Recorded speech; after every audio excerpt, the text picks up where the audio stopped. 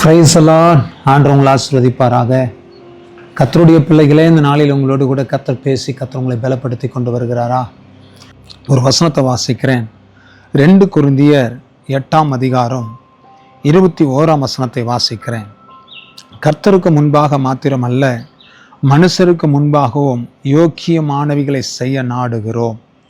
பாருங்க, நிறைய பேர் கர்த்தருக்கு முன்னாடி நான் நல்லா இருந்தால் போதும், ஆண்டவர் பார்த்து என்ன சந்தோஷப்பட்டால் போதும், ஆண்டவர் எனக்கு கனத்தையும் மகிமையும் எனக்கு பேரும் புகழும் கொடுத்தா போதும், என் மனுஷன் என்ன பேசினா எனக்கு என்னங்க அப்படின்னு சொல்லி நம்ம யோசிக்கிறோம். கிடையாதுங்க.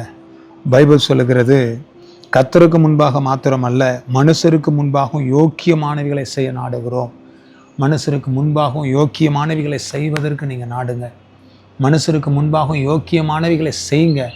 கர்த்தர் நிச்சயமாக உங்களை ஆசீர்வதிப்பார். யோக்கியமானவைகளை செய்வதற்காக தான் கர்த்தர் நம்மை கொண்டு வந்திருக்கிறார். யோக்கியமானவைகளை செய்ய நாடுவோம். கர்த்தருடைய சமூகத்தில் அவரை தேடுவோம். அவர் பெரிய காரியத்தை நம்முடைய வாழ்க்கையில் செய்து கர்த்தர் ஆசீர்வதித்து மகிழ பண்ணுவார். கர்த்தருடைய பிள்ளைகளை ஆண்டவர் உங்களை ஆசீர்வதிப்பாராக. கர்த்தருடைய நாமம் மகிமைப்படுவதாக. அற்புத அடையாளங்களை கர்த்தர் செய்து கர்த்தர் உங்களை கனப்படுத்தி நடத்துவாராக. செபிக்கலாமா? கர்த்தருடைய பாதத்தில்.